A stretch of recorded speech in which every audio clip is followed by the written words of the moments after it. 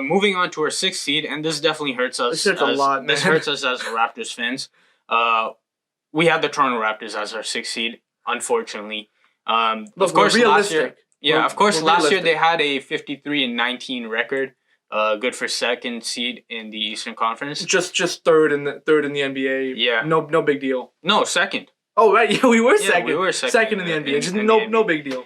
The main thing with the Raptors is with no quote unquote superstar. They're still winners. They have a great system, obviously, with Nick Nurse leading it. And then you have Pascal Siakam, Fred VanVleet, Kyle Lowry leading the roster, right?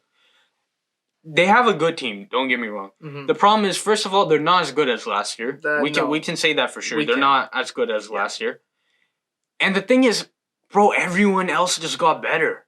Everyone else got better, and everyone is good, right? In the East. Like, we're looking at 1 through 5. Everyone legit got better or is still, on paper better than this Raptors team. And, again, could the Raptors potentially get to that, number 3 spot just because of how well of an oiled machine they are? Yeah, for sure.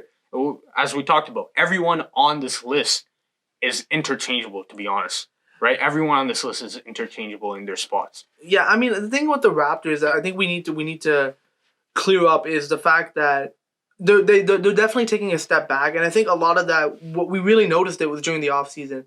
Just they were being very, very conservative for next year's offseason, which got screwed over. We'll talk about that. Like, that's now another conversation in of itself, but the fact of the matter is they intended to take a step back in order to potentially take 5 steps forward next season, or potentially 3 steps forward next season.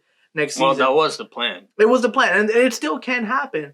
Which, again, for you casuals out there, it still can happen. There are multiple ways to make an NBA, make a championship roster. But like Zishan said, the continuity factor, the fact that the Raptors still have the same system with basically the same core minus maybe. Ibaka was their, 4th, maybe 5th best player. Like, if we're being realistic, we got, Lowry, we have Siakam, Lowry, VanVleet. At times you can say OG or Norman Powell were better than Ibaka. Yeah. But we're talking your 4th or 5th best player But again, he was very valuable. He was very good. Ibaka, he's going to be missed this season. And also Marc Gasol. Right? But yeah, overall, the Raptors, they have a good team, but it's just everyone else is very good as well. Everyone's better, but at least on paper. I'm not going to be shocked if they're a 4 or maybe 3 seed in the conference. Again, it just won't surprise us. Everyone on this list this year is definitely interchangeable, I think. Yeah, which brings us to the number 7 seed, and man, I got burned by this team last year, and I really don't want to get burned by this team again. But they're just too good for us to not put them into the playoffs. Hey, think about it this way. I agree with you this year. So okay. I agree with you on the team. Okay, he agrees with me this year. I mean, although I don't think it was a bad pick last year, but, obviously suspensions kind of screwed that over. But for the 7th seed, we're predicting the Atlanta Hawks to be the 7th seed. Last season, they finished with a record of 20-47, which was good enough for the 14th seed in the conference. Bad enough. In their case, good enough, I guess. But the Hawks, the reason why we put them as a 7th seed was primarily based on their offseason. Man, they made a lot of good signings. They signed Rajon Rondo. They got Bogdan Bogdanović off the Kings. They signed Danilo Gallinari, Chris Dunn, Tony Snell. On top of all of their young talent. They still have Trae Young. They still have John Collins. They still have DeAndre Hunter, Kevin Huerter. Cam Reddish. They just drafted Onyeka Okongwu. And Clint Capella hasn't even played yet. He's pretty much a new addition as well. This team, on paper, looks to be like a playoff team. And honestly speaking, they're very talented. It's a very talented team. And honestly, offensively, this team is going to be just fine. They have an amazing offense. I think all they need to do is just be decent on defense. Which, again, the pieces that they brought in Clint Capella, they still have DeAndre Hunter, Onyeka Okongwu.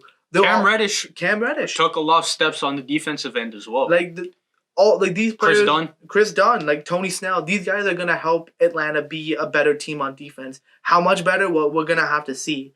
But this team should, and I'm prefacing this heavily by saying they should make the playoffs, and we think they're good enough to be a 7th seed. Again, we're talking as you're talking about their defense. They just need to be good enough, right? They don't need to be amazing defensively. They just have to be good enough. And it can be argued that they probably never will be amazing defensively with Trae Young, right, being there, because he's just not. He's one of the worst defenders in the league. Not really his fault, right? But that is the facts, Some right? of it is. Some of it, but mostly it's not really his fault. But it is the facts of the matter, right? But they only have to be decent on defense, which they have enough players to be able to do, right? Clint Capella, Rondo, DeAndre Hunter, Chris Dunn, Cam Reddish. They have enough pieces to at least be decent. They only need to be decent because their offense should be amazing. Like, it should be great, right? You're talking about so many interchangeable pieces alongside Trae Young to be in the lineup. Like, the one thing that I would say might need to change for Atlanta is, even though I like him, Lloyd Pierce, right? The coaching might need... There might need to be a better coach in there. I think we're going to have to wait. To reflect, like the changing direction of the franchise. Well, I think we're going to have to wait and see. I want to see what Lloyd Pierce is going to be able to do with this roster. I want to give him a chance.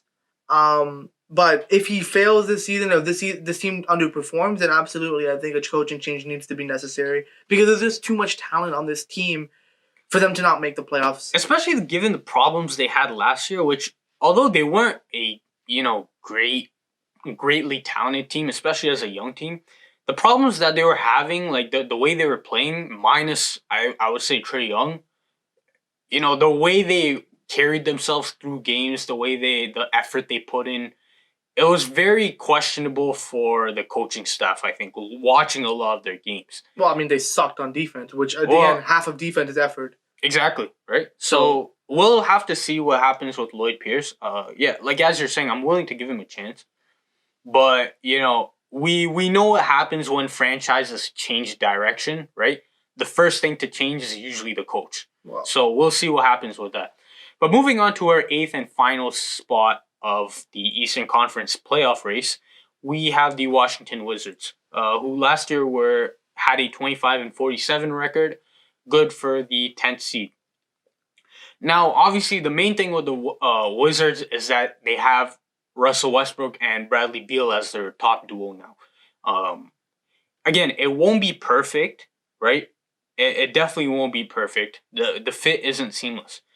But I think it'll be good enough to make it for a number of reasons. Number one, you're looking at an all-star duo, and which in the Eastern Conference, after Brooklyn, there's not really much of that, right? I mean, Brooklyn. You can argue maybe Boston's, but... No. So, Boston, Philly, and Brooklyn seem to be the only... Or I guess you can throw in Miami with Bam and Jimmy. With the, certified all-star, all-NBA duo that the Washington Wizards have. Now, again, it's not going to be a perfect fit. And Russell Westbrook definitely, he has his issues on the court. But you're looking at a team that has that duo in the Eastern Conference. I think it'll be good enough, right? And not to mention the fact that Bradley Beal has already played with a guy that plays mostly the same as Russell Westbrook. Now, there are a good number of differences if you want to look at it like properly, right? Which we don't have time to do. But in terms of the general play style, it shouldn't be too much of a difference for Bradley Beal to play alongside Russell Westbrook, right? Which is why I think they won't need to adjust that much. Then you talk about the Wizards having a great offense as they did last year, especially, with them re-signing Davis Bertans. The Wizards had a great offense last year, and that should hold up this year with their very duo. fast-paced. Yeah, very fast-paced. Thomas Bryant. Like, they have a number of nice players. And then obviously you have your young guys in Rui Hachimura, who looked very good in the preseason. He looks really good. And then obviously you drafted Denny Avdia. He looked pretty solid as well. And then another guy that I like is Troy Brown Jr. I think he's a very good player as well. So you have a number of pieces on this team that can contend for that 8th seed. I think a lot of putting the Wizards at the 8th seed, I think, comes from the fact, like similar to what we said about Brooklyn. Westbrook and Beal are just too talented of a duo to the point where, like, even if the team struggles, these two guys are good enough to pull out some wins. And again, it's not going to be a perfect and seamless fit, but Bradley Beal's already kind of used to playing with a similar play style when he played with John Wall. But one thing I do want to even add to that, because Bradley Beal's been playing without John Wall for the last couple of seasons, and he's been amazing. So when you factor that in, when you factor the fact that Beal has gotten even better than what he was then. Exactly. That's a good point. And then on top of that, like now you bring in Westbrook in, which again, Westbrook comes with his flaws, but he also brings a lot to a team as far as energy, effort, leadership, the ability, the slashing ability. And I think he's a very underrated playmaker. I think people just think that he stat pads a lot, but from what I see, Russell Westbrook's a very good pick and roll player, and he's good at finding the open guy, especially off of the off ball when he's sucking in a defense to find that off ball. I think there is a bit of that Rondo factor to him, where he holds the ball until he knows he's gonna get assist kind of thing. There's a bit of that, but I think if you control that somewhat, if you're Scott Brooks, not to mention, I'll say that right now, Scott Brooks, the familiarity with Russell Westbrook and Scott Brooks, obviously. I mean, Westbrook has had his best years with Scott Brooks. Exactly. So, I mean, again, it's not. I think that's debatable because he probably had better years with Billy Donovan. So he's most efficient and most effective years came under Scott Brooks. He also had some good years under Billy Donovan for sure, but I think Scott Brooks has a familiarity with how Westbrook is as not only as a player but as a person, and I think that's something that will help them. But like we said, it all really comes down to the fact that Westbrook and Beal are a great duo, and that talent is just better than some of the other teams that we're just going to mention right now.